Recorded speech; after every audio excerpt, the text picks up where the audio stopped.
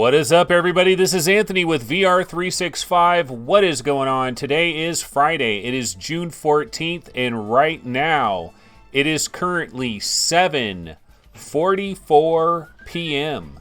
Yeah, kind of an unusual time to be starting a show, but you know, this is the way that it works sometimes.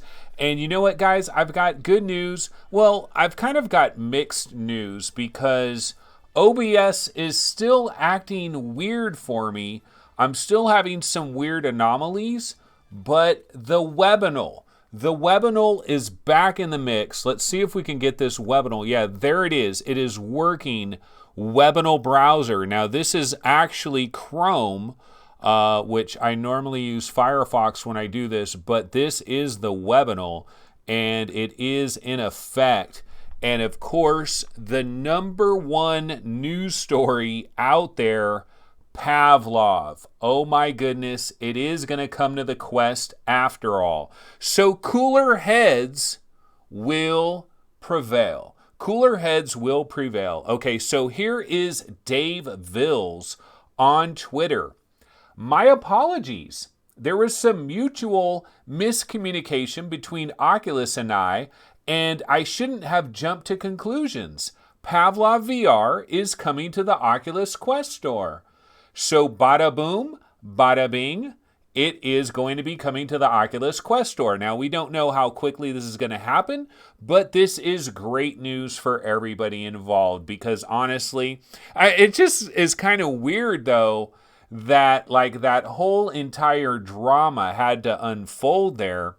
And then now there is a meeting of the minds. And basically, you know, everybody kind of went crazy the last couple of days on the Oculus Rift subreddit and on the Oculus Quest on the Oculus subreddit. It's not Oculus Rift, it's actually the Oculus subreddit. And then on the Oculus Quest subreddit, a lot of people going really batshit insane over the last couple of days over all of this kind of drama. And so maybe that caught Oculus's attention, and maybe they decided, you know what? Maybe we should fix this situation. Maybe we should correct this situation. And so apparently that is what happened. So cooler heads will prevail, and Pavlov VR is going to make its way to the Oculus Quest. So let's go ahead and go back over here.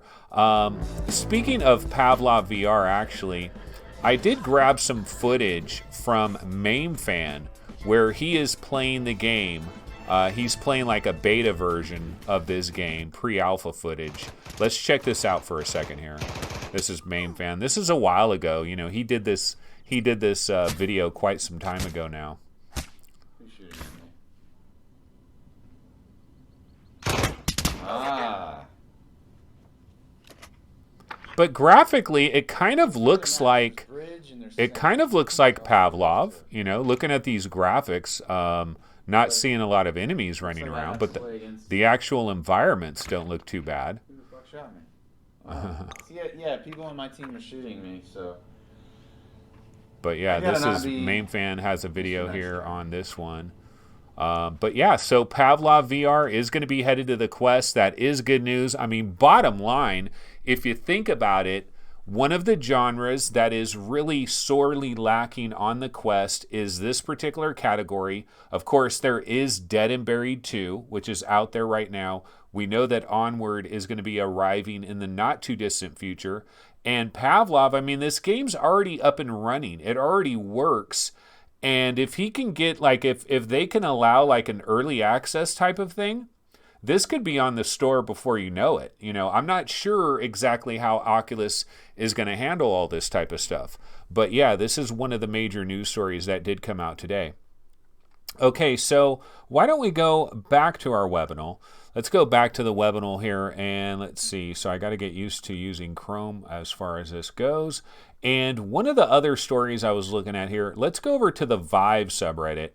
And so, yeah, I'm not a huge fan of the way this looks. I like using the old version of Reddit but it's popping me to the new one. And when I go over to the options here, it doesn't even give me the options to go to the old Reddit. So I don't know what the deal is with that. But you know what? I did see this article right here. Ascend student VR game is the hidden gem of E3 2019. And let me get this ad out of here. Crap. See, here's all these damn websites with all these ads popping up everywhere. But do you guys remember the trailer that I ran? I don't know how many weeks ago this was, but we heard about this game, Ascend. Of course, it has the rap that you guys absolutely love. I mean, just an incredible rap for the trailer of this game. There's the trailer. Yeah, the Ascend reveal trailer. And so these people here, this is Mashable.com. They're saying that this is basically one of the best games that was at E3. So it says, I don't necessarily hate VR, but I am wary of its broken promise as the supposed future of games and entertainment.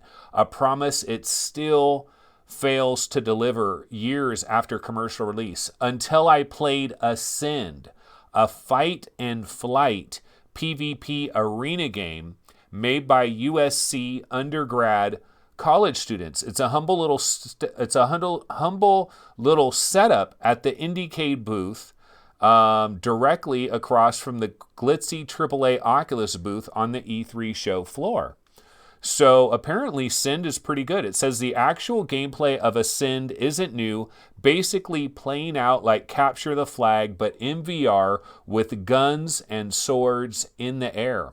But the revolutionary feature that sets Ascend apart is what the team calls the lean motion locomotion system, allowing you to airily maneuver its virtual space by just tilting your head in the direction you want to fly. That means no joysticks or those conspicuous and cumbersome teleportation pads that have become standard for moving around in most VR games. I don't know about that. It's like some kind of a head-based movement thing, but you kind of have jets or something. It says, we come up with a model that basically if the body initiates the movement, the mind will follow, said Greer. Instead of that abstract joystick thumb movement, you just have your motions initiate the movements inside the game. The new approach made the sky the limit, almost literally. The aerial battles in Ascend feel no less natural than skiing. You lean where you want to go, bend the knees to go faster. The only remotely immersion breaking control is having to use the trigger buttons to fly higher or lower, almost like how you imagine a jetpack would work. And even that doesn't really take very long to click. So yeah, interesting. So this Ascend game, I mean, it does sound like that is kind of a cool design here. Why don't we go back and check out, let's go back and let me grab that Ascend trailer. We got to listen to that rap one more time anyway. It is Friday night and we do want to party. So let's see, can I find it? I know I didn't delete this. How could I ever delete this? Yeah, there's no way I would delete this. Okay, here we go. Let's check this out. Got to party to this beat right here. Get ready for the drop.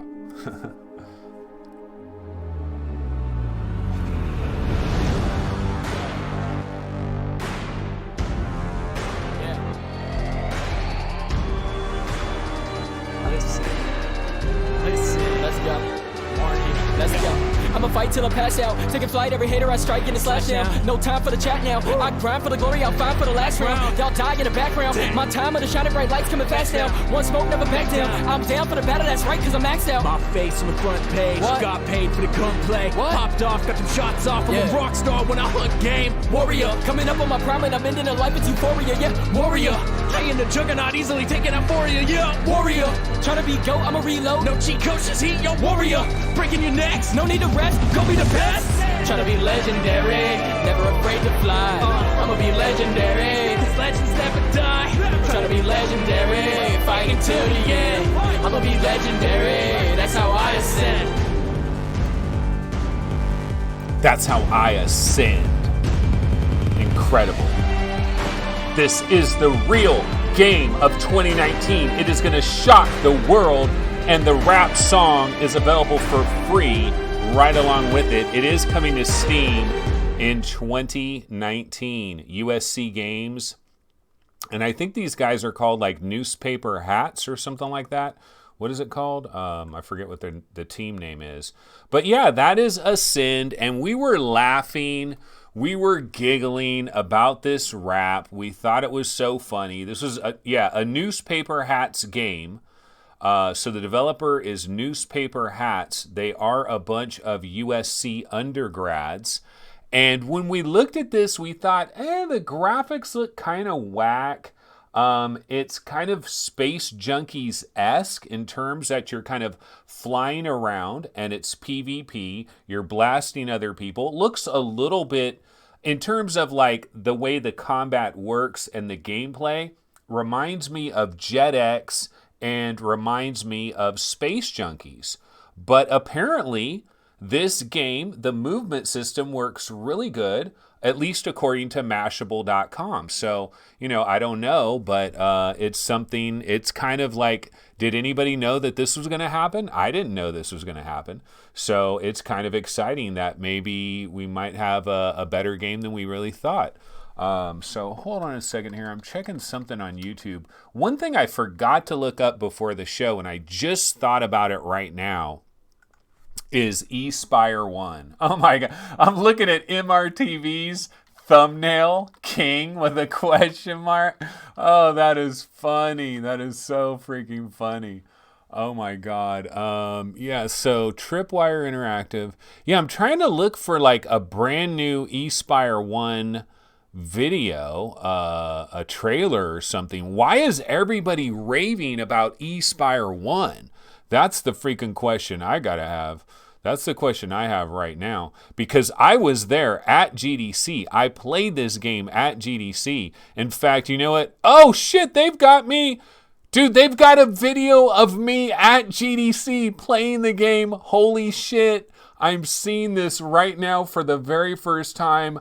Holy moly. Why didn't anybody tell me about this, bro? I'm famous. Did you guys know this? I am freaking playing. I'm in their video on E-Spire VR. Okay, hold on. I'm grabbing the video. Chill out. We are going to do this like Brutus. I got to turn this fan on, though, because it is killing me. Okay, I just grabbed this video. Guys, check this out. This is hilarious. I didn't know they were freaking filming my ass. Okay, so let me go to the game trailer window and let's do this. Yeah, they got me. They got your boy, Anthony, at GDC, at the Tripwire. And I was telling you guys, man, this Tripwire booth was freaking tiny, bro. It was tiny. Okay, so check this out. So this is some other dude. So there's some other dude. This is the tiny little booth where they allowed me to play this game. It was basically like just a couple of feet. It was just right there. Okay, so there's another guy. Pretty soon they're about to show your boy. They're about to show your boy. Okay, not yet, not yet. This is E-Spire One at GDC at their tiny ass little booth. Like, I've been in bathrooms bigger than this booth. Okay, there I am, guys. There I am. That is your boy. Yeah, and I was constantly seeing like a guardian when I was playing the game, and I found that very irritating, but somebody was saying it's part of the game. I'm like, what? Get that guardian out of my face. But yeah, that was me, man. I was there for a minute playing. This is E-Spire One at GDC. But I'm trying to figure out why everybody is ranting and raving about this thing, because I haven't seen, I mean, it's cool. It was fun. I had fun playing the game, and it's pretty cool. I mean, I could see why people would be into it. Let me see if I have another E-Spire trailer. Isn't that funny, man? That is so funny that they had me on. I had no idea I was on this video. I could have freaking used that footage a long time ago. It would have been cool, brah. Okay, let's see. What am I looking for now? Okay, what was I about to do here? Oh, I was going to see. Let me see if I got any other E-Spire trailer. Because I want to try to see the gameplay of the game and see, like, what's going on with this E-Spire thing? Why are people so hyped in this? E-Spire One VR Operative. Okay, let me see if I can look at an old trailer here. Let's take a look. Here's an older trailer. Let's see which one this is. So Tripwire Interactive had hooked up with them at this time. Let's check this out for a second. Welcome, Agent. From this point on, you are E-Spire One VR operative.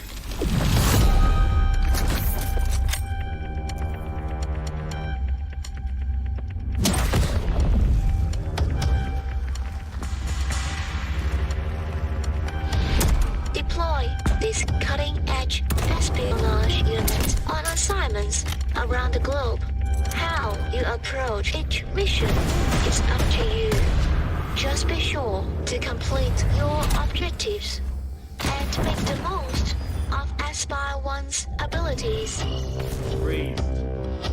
From within the E-Spire control theater, you will precisely control E-Spire's every action for the first time in VR. Agent. Oh, so check that out. So, like, are you controlling, like, some kind of robot or something? Like, is this, like, some kind of virtual thing? Like, because I guess they're actually showing you... Because, like, you see a grid when you're playing it. I mean, I played it a little bit at GDC, and I thought, you know, this looks pretty good. It feels pretty good. I don't necessarily have a problem with it. It's a decent game. But, like, some people out there are saying, like, this is the game of E3. And then I also remember it wasn't very long ago that somebody, let me see if I can find where they were, somebody's calling this like game of E3. Let's see here. Best of Show and People's Choice VR Game Award. Yeah, okay, let's go to Upload VR.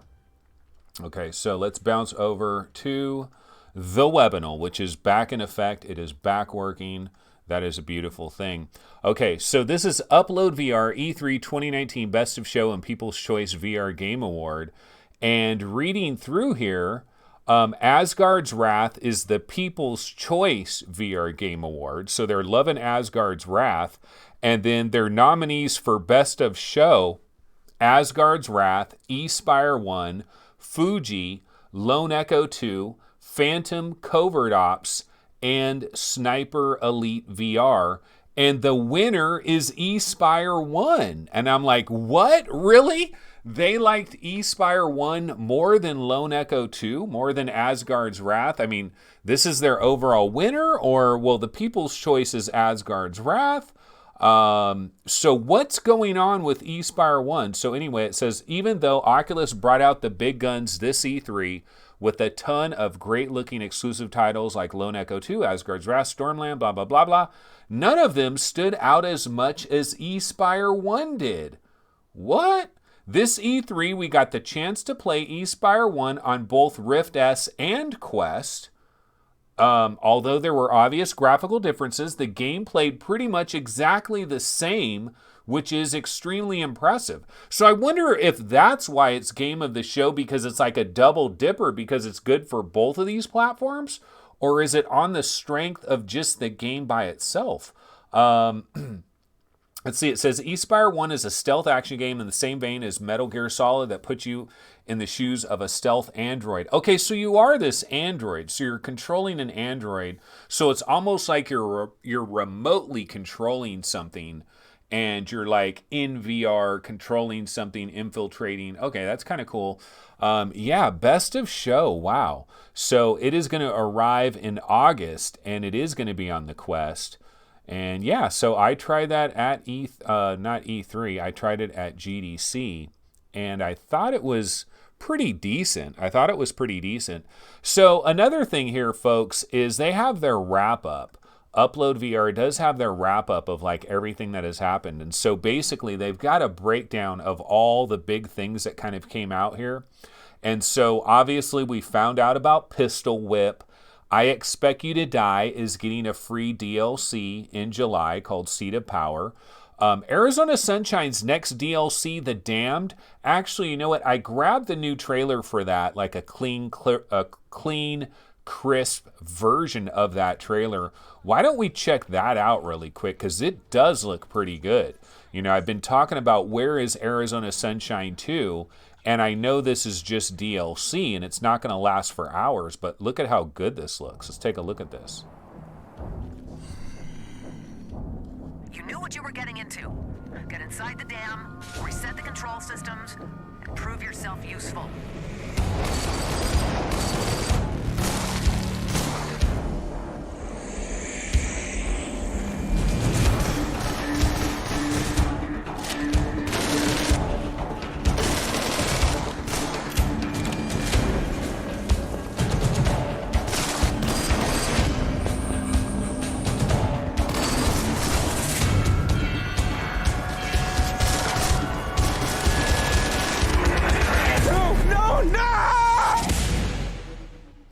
So yeah, that looks pretty good, and it is coming on August 27th.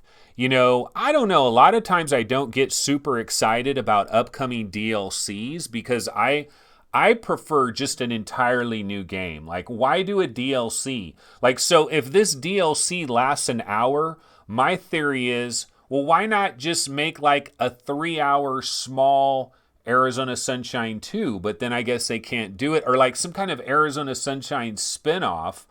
But I guess DLC's fine too. What if somebody just wanted to buy this? Like, is this going to be like a standalone thing that people could just get if they don't want the entire Arizona game? Could they just buy this standalone? So I don't know. I don't give DLC the same kind of love that I do like a brand new upcoming game or a full-on sequel. And you can have a shorter game and you can price it way less and just say it's a much shorter game. Does anybody know like how long this is supposed to last? Have you read up anything on it? I haven't read any articles about this particular DLC. I don't know if they've announced like, oh, it lasts about 45 minutes or it's got like about an hour of content. But hey, it's kind of Arizona Sunshine 2 in a way, you know, unofficially, maybe for only about an hour or so. So that is Arizona Sunshine. That is the new DLC that's coming up. So anyway, let's go back to the webinar and see what was going on here. Yeah, so the Arizona Sunshine's next DLC, The Damned. Actually, let me click on this really quick because I just wanted to see, do they have like a price or do they say how long it lasts? The DLC drops on August 27th. No word yet on how Vertical will handle DLC for Arizona on Quest. Yeah, so does it say how long? It says the game features a full campaign that can be played either in single player or co-op, letting you gun down scores of zombified enemies. That may be the Quest version. Yeah, so I guess they don't really give information on how long that's supposed to last. But anyway, that is Arizona Sunshine, the DLC. Of course, E-Spire One, apparently their game of E3, which I think is crazy, but okay. If it's that good, that's awesome. It's another great game that I wasn't even thinking about, really. Space Team. This game, I don't know anything about Space Team. Like, that's one of my blind spots. I was never like a phone guy in terms of playing games on phones. So if there's like some super popular phone game that eventually comes to VR, I'm not going to know diddly about it. Same thing with like tablets and stuff like that. But let's go ahead and see what folks are talking about in chat right about now. So Chris Richardson, C-Rich, who we've interviewed a number of times on this show, he says, I got to play 30 minutes of Asgard's Wrath, the story part. One bummer is they don't model everything in a location to be interactive. I tried to throw a mug while at a bar and it would teleport back. Ouch, that does kind of suck. Hussein X says, with release of Quest and some big PC games, hopefully VR will now be sustainable. Well, check it out, Hussein X. HouseScale. HouseScale is the future of VR, and it's going to save VR from Nichedom. Nichedom? Is that a word? But I made it up. It is a word. Nichedom. And so HouseScale is the future. We're going to be talking about that in just a minute. Lee Tobin says, I thought this was free. He's talking about the Arizona Sunshine DLC. Maybe it is free. I know their last DLC, wasn't it like $3 or something, which was super duper cheap. The One Neo, anyone read the Valve Index Reddit page where a user tested the brightness of the index? It is sad. Not good color. Okay, he said, but black's no good and picture does not pop as much. I sad. Okay, you know, I did see something about that. We could actually go to the Valve Index subreddit real quick if you guys wanted to try to check that out real quick. Let me go ahead and add that. Let's add that over here. Hold on a second. We'll check that out because, no, I did see something about that. And they were talking about, like, the color saturation of Valve Index subreddit. Okay, Valve Index subreddit. Let's go here. And yeah, somebody was saying something about the, let's see, index brightness, black point, and gamut measurements. Maybe this was it? Was this it? Let's go to comments. Yeah, there's 150 comments. So this guy says, okay, so he does all these little measurements. and Index, Vibe Pro, Vive, like Luminance. So the Luminance in nits, you can see the Index 95 nits. Vive Pro 143, regular Vive 214, black levels. And so anyways, people, I think this is the information that kind of came out that people are disappointed by.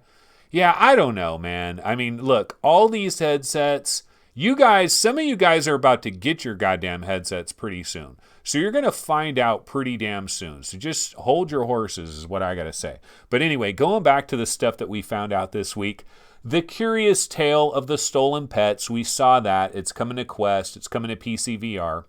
Battle Wake apparently is coming to Quest as well. I wasn't aware of that. Akron, Attack of the Squirrels, The Wizard, Dark Times, Abe VR. Doctor Who, you know, here's the question of the day, folks. The question of the day. Let me put on that do I still have the Doctor Who thing? I might not have that Doctor Who trailer anymore. But anyway, the question of the day is this Doctor Who thing that people are talking about.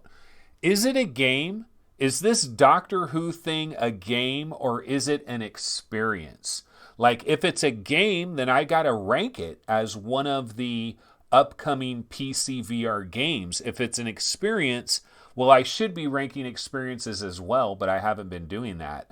And so that's my question. Is the Doctor Who thing a game or is it an experience? I assumed it was an experience, but then there's other people, different places, that are talking about it is a game. But you know, one subject I did want to get into. Oh, wait, actually, there's this weird video. Let's check out this weird video of, this is like a viral VR, guy falls, guy jumps over a railing, guy goes psycho, guy has a heart attack. I don't know what guy is doing in VR. There's a new viral video. So this is like some dude in Yemen, whatever it's called, trying VR. Okay, look at this dude in the brown. Look at him. He's moving all around. Let's see if we get some volume here. He jumps his feet way up like that. Look at this guy.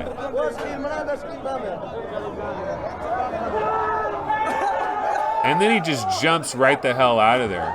The other guy wasn't tripping. Look at his feet are just chilling. His feet aren't even moving.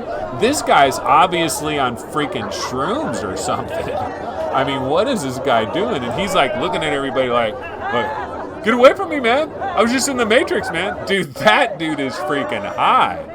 This dude must be freaking zoning out. He's on tweak status. Look at that. And he jumps right the F out of there.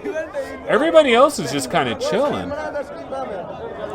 Like that one guy's just sweating. He's sweating bullets right next to him. He barely can't even get the sweat out of his eyes. And then he's like, what is that bull doing? And that bull just straight freaking, he's like crowd diving out there. And look at his face. He is tripping out. Man, so some people, you got to be careful, man. Like, is this real? That's the question. Is this real? Or is this Memorex? Like, is this guy legitimately tweaking out? Or is this all freaking charades and shit? I think it's actually real. I just think this guy is like a complete and utter weirdo. Because nobody else is tripping out. You do see some other people in the back kind of going like this, like, get off me, get off me. And I don't know if like a giant snake jumped on him or spied. Like, if that was Black Widows, though, like, see, here's the thing. If I didn't know any better, I will, you know what? Actually, maybe this guy isn't crazy. Time out. Maybe this guy isn't crazy. Because imagine if I had never tried VR. Imagine if I wasn't into VR and trying VR all the time, and I'm just a regular Joe Blow schmo. And somehow I end up at some type of entertainment center place, and I'm like, yeah, okay, I'll try VR. And then I put a VR headset on, and then freaking giant Black Widow spiders. I would have probably jumped right out of my chair, just like that guy did. So I don't know what experience this guy was having. You know, was it VR paradise or something? What was this guy doing that he went psycho? This guy just went crazy. And everybody else, like the guy to the left is kind of like, I don't know, this is bothering me. I'm sweating. It's hot. I'm going to take this off. I'm taking this off. See, all the sweat is getting in my eyes. I don't like this, man. That is funny. But anyway, yeah, so I saw that video. But one of the topics I did want to get into real quick before we bounce out of here is I wanted to talk about this very interesting video right here. Okay, so this is a demo showing untethered shared space 6 DOF. I'm going to start it over again because I don't have the ability to like pause this.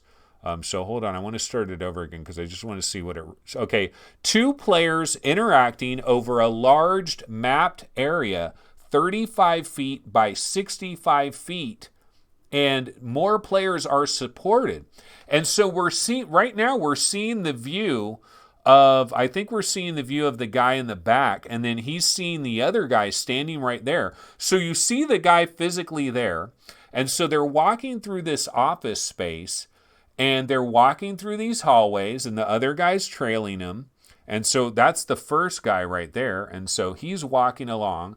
And so this is a sample of like an Oculus Quest development test where they're doing a gigantic play area, 65 feet by 35 feet.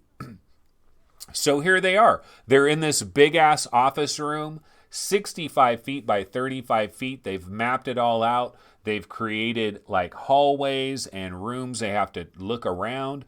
And so they're walking through here, and obviously when they set this up originally, they have to account for where these tables are, where the obstacles are. So I'm sure they kind of just dialed in pathways that they can go through. So they're just going through these pathways here. But look at, these guys are walking all over the damn place, and the game is playing like in real time. So it's able to analyze, like it's able to track this huge ass space. And I don't know, man, looking at this, it looks pretty incredible. Let's take a listen for a second. Magnetic boots required. Warning. Approaching hostile... Actually, you know what? I'm going to full screen this for a quick second. I'm going to grab some water. So I'm going to full screen this and grab some water. I'll be right.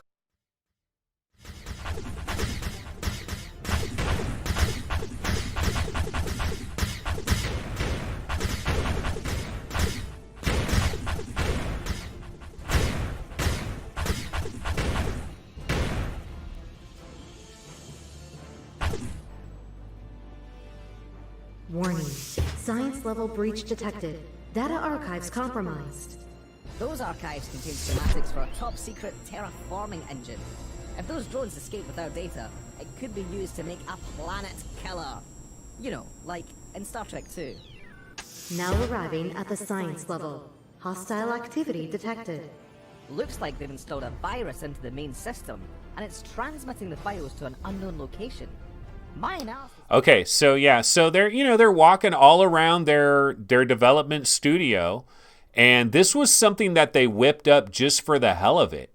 And so apparently, like, they're not going to release this game. Like, this is just like some little test they did. And I'm like, dude, release this, get this out there so we can screw around with this now. But basically, when I'm watching this thing, one of the things that pops into my head is it possible for developers to somehow create an experience that you could run on the Quest? And I would imagine this would have to be side-loaded, because there's no way Oculus, like, I don't know if, can this even be on the Oculus store? Like, would Oculus be able to approve this? I've always heard that isn't the maximum size like 25 feet by 25 feet, or Oculus has some kind of internal maximum size. And I don't think you can have a regularly available Oculus Quest game that does this on the actual official store. I think it's gonna have to be side-loaded. It's something that's gonna have to be side-loaded, but don't quote me on that, but that's kind of how I understand it. But one of the things I was thinking about is, imagine a developer that specialized in the idea of trying to create some kind of house scale experience. Okay, and hear me out here. Hear me out, guys.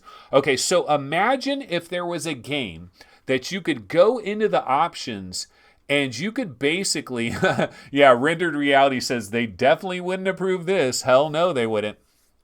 But no, check this out, guys. Check this out. Imagine if there was a game where you could go into the options and you could say, this is room number 1. and it had like a thing where you could like sketch out the boundaries of room number 1. What are the dimensions of room number 1? And you would actually like, maybe you would enter an actual number in. You enter in the actual dimensions wide and this. Then you go, okay, now the hallway. What are the dimensions of the hallway? What are the dimensions of this room? What are the dimensions of that room? And so like imagine a game where you could take your time and you could enter all this information in, and then the game, and then you would also create boundaries. Like you would create actual boundaries, because in each individual room there would be things that would be in the way. There's things that you would not want to collide with. And I was even thinking of other ideas here. I was thinking, what if the developer like created standardized things that were already in a menu? So like you could select a chair, you could select a sofa, you could select a desk, like it's already in the menu of the game, like it's already built into the game engine. So for example, let's say I had a really big sofa right there. Okay, and so I'm scanning the room in, and it's like I got a really big sofa right there. Well, I would go into the menu, I would choose sofa, and then bam, a sofa would pop out, and then I would drag the sofa over to where the sofa is. I would scale it in, make it bigger. I could kind of walk around it and make sure that this shell of a sofa is on top of my real sofa. And then you could do that for chairs, you could do that for tables, you could do that for countertops, you could do that for dressers, you could do it for any common thing that would be inside typical people's houses and rooms. You know, you could put the stove somewhere, you could put the refrigerator somewhere, and so you put all these things where they are. Now, obviously, this type of game that I'm talking about here, it's going to take a lot of work on the player's part of doing, you know, setting up all these little dumb things and making it all designed the way it needs to be. But oh my God, the kind of VR experiences that could be possible if you could really set up like your entire house, being able to walk into multiple rooms. Dude, imagine a VR experience where you put the toilet, check this out, guys, check this out. You put the toilet where the toilet actually is, and you line the toilet up perfectly. So you get the toilet. Like you go into the bathroom, you're in the bathroom, you know, you're in AR mode or what. I don't know if you could activate the AR mode, but this might be like Quest 2 or something, but it's going to come. This is going to happen, folks, and it's going to be one of the most glorious things of all time. I'm telling you, cutting the cord. This is why standalone VR is so effing key. And this is why the Oculus Quest, a rising tide lifts all boats. A rising tide lifts all boats, and this is going to lift all boats because there is going to be somebody that just says, you know what? All we're going to do is try to make the most kick-ass experience imaginable just for an individual person's house, and we're going to figure out how to do it. We're going to figure out how to make an experience that goes from room to room, where you like set up your room scale, you set up the areas, you place the objects. Like if you got a big kitchen table, like let's say you got a big dining room table, you go into the menu of the game, you select dining room table. The dining room table comes out. You're using like these laser pointers. You move the dining room table on top of your existing dining room table. You make it bigger, you make it smaller, you get it to the exact size, you get it to the right height. You know, it's easy. It's just pick and pull. You're using the buttons to just lift stuff up, pull stuff down. So you could get the countertop perfect. You eventually get the countertops perfect for your kitchen tables, your dining room tables. You have chairs that are set up. So imagine you put chairs, like you have a chair that is sitting over there, and you get the chair into VR, and then the game knows that that's a chair. It knows how much space you have around. And so that now becomes a chair that is built inside this spaceship that you're inside of. And you know that it's putting a chair there, and you know I can physically sit in the chair. And there's a working toilet. There's a working toilet, ladies and gentlemen. And then, and then imagine, like, you actually line up, like, the toilet handle. You know, you got to get that toilet handle lined up real well. But could you imagine, like, just trying to take a whiz in the toilet in virtual reality? You're like, I'm taking a whiz and I got a real toilet right here. You could even, like, they could create a cooking game. You could be in your actual kitchen. You could get an actual frying pan. I mean, it's okay. That's a little bit ridiculous, but I'm telling you, the potential of this is almost unlimited. And yeah, Tyler Schmidt says it sounds like you're talking about AR here. Well, it almost is AR, but what we're really talking about here, this is better than AR. Because what this is, guys, what we're talking about here is, imagine a virtual reality experience, like the experience these guys are having in this particular office.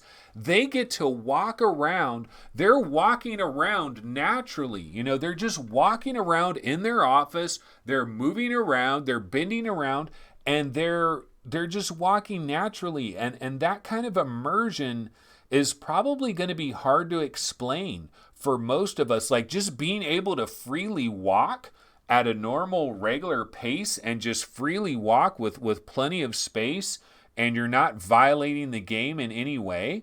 The kind of immersion that allows is exponential, you know. But I mean, imagine if they added all these extra design features that I'm talking about, where you actually have a goddamn table, and you can maybe, like, you have a freaking bottle, and you scan that in, and as long as you leave that bottle in that exact spot, that's the exact spot where that bottle is going to be in VR. Now, it's not going to be a tracked object, so as soon as you move it away from its proper location, then you're going to kind of be screwed. But what they could do is, as soon as you lift it up off of its, well, no, they wouldn't even know that you lifted it up.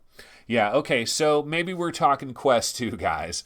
But I still thought this was pretty incredible, and I still thought this was a really cool idea.